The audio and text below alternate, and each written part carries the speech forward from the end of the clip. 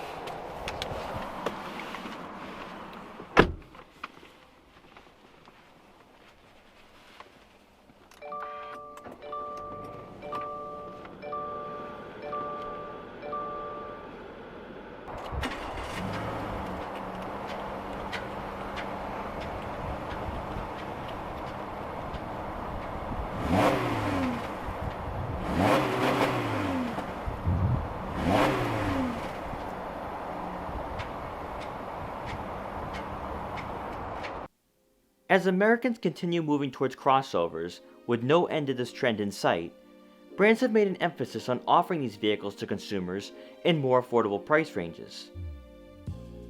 Well, over the last few years, we've seen bigger manufacturers like Toyota and Honda enter the subcompact crossover segment. Subaru is far ahead of the curve by offering a rugged, yet car-like design with the Crosstrek years before rivals could get a foothold.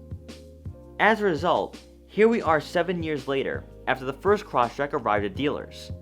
And unlike its competition, it's far more refined and mature, but also encompasses what consumers desire in a subcompact. Like most vehicles in the Subaru lineup, the Crosstrek fits into more than one segment, thanks to its Impreza hatchback-inspired design, starting price, and the 8.7 inches of ground clearance that we find on all crossovers in the Subaru family. Up front, you could make the argument that the Crosstrek is a more rugged Impreza, with some additional cladding that gives this crossover an off-road capable appearance. With the limited trim we have today, LED steering responsive headlights, along with LED fog lights, complete the front fascia, which is an upgrade over the halogens you'll find on lower trims. Moving around to the side profile and rear, this is where the Crosstrek really stands out amongst its competitors.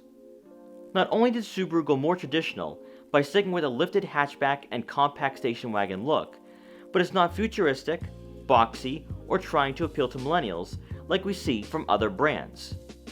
Instead, the Crosstrek resembles its siblings, and could likely be seen as a vehicle that introduces younger consumers to the brand, but also appeal to other age demographics as well, who are looking for an affordable, versatile, and practical crossover. 18-inch alloy wheels come standard on the Limited, along with body color folding side mirrors with turn signal indicators. In terms of exterior dimensions, the Crosstrek is one of the bigger crossovers in the segment, which will translate to more arm and legroom, along with more cargo space, which we'll check out later in this review. Within the Subaru lineup, the Forester is about 6 inches larger than the Crosstrek, So if size and additional room for a growing family is a priority, you'd likely want to upgrade. Available in all trims is Subaru's EyeSight driver assist technology, which adds a list of safety features like adaptive cruise control, pre-collision detection, lane departure warning, and lane keeping assist. While enhanced safety systems have become more mainstream in this segment, Subaru is one of few manufacturers offering them around $23,000.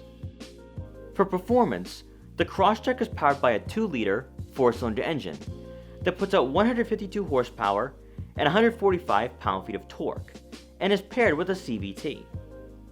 Optional for base and premium trims, a 6-speed manual transmission is available, which not only is rare to find in this segment, but you're not sacrificing some interior amenities, as a stick is often limited to base models when cross-shopping the competition.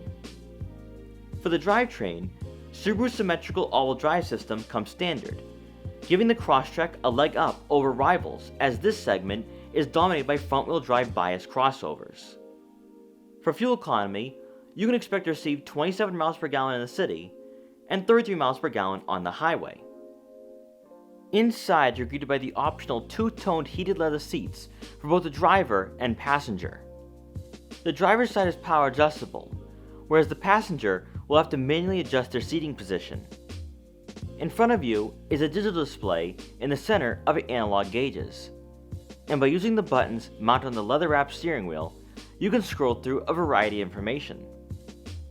As we've experienced with most vehicles in the Subaru lineup, the Crosstrek comes equipped with a secondary screen above the infotainment system, and from here you can monitor your fuel economy, weather, turn-by-turn navigation, Apple CarPlay, and also the climate control temperature as well. Below, you'll get an 8-inch touchscreen with Apple CarPlay and Android Auto compatibility, along with onboard navigation.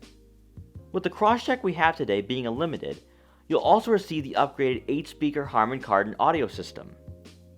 This infotainment system's layout and responsiveness are good, making for a very user-friendly and easy experience. If you don't want to use a touchscreen, there's quick access buttons below that get you to the desired menu to help keep your eyes on the road while driving. You'll get a rear backup camera with trajectory, along with rear automatic braking and rear cross-traffic alert. Beneath the touchscreen, you'll find the rotary dials and buttons for your climate control settings. And as we've seen across the lineup for Subaru, simplicity and lack of button clutter continues with their most affordable crossover. A decent-sized cubby will provide an additional storage space for your smartphone. And here, you'll also find 2 USB inputs and a 12-volt outlet. With a similar layout up front like we've seen with the Forester, the 2-level heated seat switches and X mode button can be found in the center console, between the gearshift lever and cup holders. For the center storage compartment, you'll find enough room for a smartphone and small items, along with 2 additional USB inputs. And rounding out the front seating area, this Crosstrek is equipped with the optional power moonroof, which provides additional light to the interior. For passengers in the back, we're going to start off with the seat adjusted all the way back. And I'm rather impressed from the standpoint that I have room to work with, because in subcompacts and even just smaller cars in general, even for someone around my height, around 5'5", I do have to deal with lack of room. And this is okay, I can deal with this. I can totally deal with this. Obviously, for someone around 5'11" and higher, you would be a bit cramped or squished. But again, it's a subcompact, so you don't really expect to have a lot of legroom to begin with. But let's be fair. Now, I'm going to be honest here, and despite the fact that you still have the ability to have a 5th passenger, this is really suitable for 4 people, because with the rear hump, it's a little bit aggressive, and most likely I'd have to push the seat up a little bit further just so that I'm comfortable sitting here. Again, you don't expect to have the ability to fit 5 people in a smaller car, so that's not really something that I would be concerned about or, really would be critical of. But definitely, if you have more than 2 people for the back, definitely put the smallest person in the center. And then, when it comes to the driver's side, I have the seat adjusted as someone of my height, around 5'5". I have plenty of legroom to work with. I'm really impressed just because, again, it is a subcompact, it's a smaller vehicle, and you just don't expect to see this amount of legroom in a vehicle of this size. But also, more importantly, is headroom as well. There's a lot of headroom here, which is just overall surprising, especially where the Crosstrek isn't boxy like most of its competitors. So if you are taller, you won't have to really worry about, maybe slouching down a bit. You're going to have a little more room to work with. When it comes to comfort, these seats are really soft. They also provide a good amount of support as well.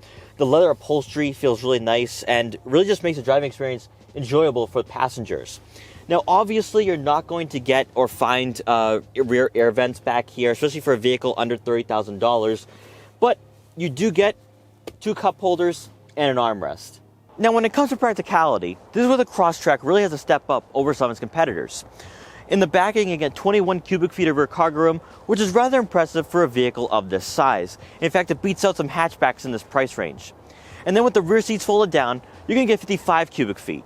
So this vehicle is really adaptable to different lifestyles. So if you live in urban areas, the vehicle is compact and small so you can get around tight streets, park in tight parking spots. And then it also has that practicality where if you're more the adventurous type, you can fit all your skiing gear, your camping gear, and it's just a vehicle that could totally fit numerous lifestyles and demographics, which I really believe is one of the reasons why this vehicle does so well in the subcompact segment. Now, before I end this review, I want to focus on a few things that really stand out to me about the Crosstrek. They're minor features and they're minor design features, but I think they go a long way when it comes to appealing to more than just millennials and more than just one age demographic. Now, as I said before in this review, a lot of competitors are selling strictly to millennials in the subcompact crossover segment, which I think is a major mistake because you're alienating a whole population, a whole demographic that maybe doesn't need a big vehicle, especially if they don't have a family or maybe their family has moved out and they're looking to downsize. Now, when it comes to usability for the infotainment system, Subaru has done a lot with their vehicles where they've minimized button clutter but also made things very simplistic and easy to use. This infotainment system, the 8-inch touchscreen, is very easy and also responsive. You get onboard navigation along with Apple CarPlay and Android compatibility. Also, I want to point out there's a CD player as well, which is amazing to see in a 2020 model. But one thing that I like the most here, for your climate control settings, you have a rotary dial. Now, sometimes with some vehicles, you have the temperature display just above the rotary dials. But on the Crosstrek, you have your temperature display show up on the screen above your infotainment system, which is great because if you're driving, you don't really want to focus on looking down. Your eyes should be on the road. And seeing as though a lot of brands are moving towards a screen closer to eye level, I think it's a great design. It's an ingenious design where you see what temperatures is being displayed above, near eye level. That's a very minor design feature that I really like. Now, also with a cubby for your iPhone, I do hope that in the future, near future, that we do see our wireless phone charging pad make its way into the Crosstrek. Obviously, we don't really see that a lot in vehicles under $30,000, but that would be a nice feature to see in future vehicles. Also, another thing too that I really want to point out with the safety systems is with the rear cross traffic alert, you also get rear automatic braking, but also with the rear backup camera, you do get trajectory. And you don't see that in a lot of competitors. Even new competitors like the Mazda CX-30, you don't get trajectory, which really you expect to see, especially now in this day and age with technology finding its way in more affordable vehicles. I think that's a very minor feature that will get overlooked. But if you are focused on safety and really maneuverability, especially where this vehicle is going to be seen a lot more in the city and tighter parking areas, you're going to want to have that trajectory. So to me, that's a big feature to have, but also as well, and one thing that I like about Subarus is that the resolution is actually rather impressive for a vehicle under $30,000. So that's one thing I really like about the Crosstrek as well. Then when it comes to comfort, these leather seats provide a good amount of bolstering. They're very supportive as well. So if I'm driving this vehicle over 2-3 hours, I don't think I get very tired of it. And that's one thing I really want to focus on here is that when it comes to the infotainment system and the button layout, I talked about how Subaru's really focusing on usability and simplicity. But when it comes to comfort, they're really focusing on the driver. That's something I really love because with most competitors in the subcompact segment, I feel like they cut corners. They're really focusing on finding a vehicle that's affordable, cheap, and really trying to, really get millennials behind these vehicles. But when it comes to the driver aspect inside the Crosstrek, this feels no different than a Forester. And that's something that really stands out to me because Subaru has really focused on the interior comforts. So with the Outback, the Legacy, everything's soft touch padding, it's comfortable, and it's just something that it's a car that you really want to be in all the time. Whereas competitors, they're not really inspiring. When I look at the offerings from Toyota, even some of the Korean automakers and Ford and Chevrolet, I don't really want to be in those vehicles. I don't want to be in a Ford EcoSport. I don't want to be in a Chevy Trax. Whereas the Crosstrek, this feels like every other Subaru I've been in so far and every other Subaru I've reviewed, where it's comfortable and also just the layout itself, this has Forester written all over it. So when it comes to that aspect and when it comes from that perspective, I think Subaru's doing a lot of great things here where you don't feel like you're in a cheap car. You don't really feel like you're on the affordable side of things. And Subaru's just really trying to bring in that aspect of, if I'm a consumer who can't afford a Forester or can't afford an Outback, this brings that nice premium quality that I'm looking for at $27,000. Now, overall, at the end of the day, the reason why the Subaru Crosstrek is loved so much is because Subaru is way ahead of the curve, but more importantly, they listened to the market when no one else was. Let's think about it for a second. Let's look at the exterior. It looks like a normal Subaru. In fact, it's a Subaru Impreza, but a crossover version of that, which really, back in 2012, when this vehicle first arrived in showrooms, they were actually way ahead of the curve, way ahead of the trend, because we're starting to see brands come out with rugged versions or crossover versions of cars that were very popular years ago to really fit into the crossover trend. However, even in the subcompact segment and knowing that, brands came out with boxy and futuristic vehicles that were really targeting millennials, which really, we all know this for years, that millennials don't want boxy vehicles. It's why a lot of millennials choose used cars over new. With a Crosstrek though, Subaru is not only targeting millennials due to its price range, but also really targeting an older demographic as well. We already talked about how it's practical, it's economical, it's also functional, and I think that's the reason why, at the end of the day, this vehicle is so popular in the subcompact segment. So guys, thank you so much for watching this video. Please like, comment, share, and subscribe for more, and I'll see you guys next time.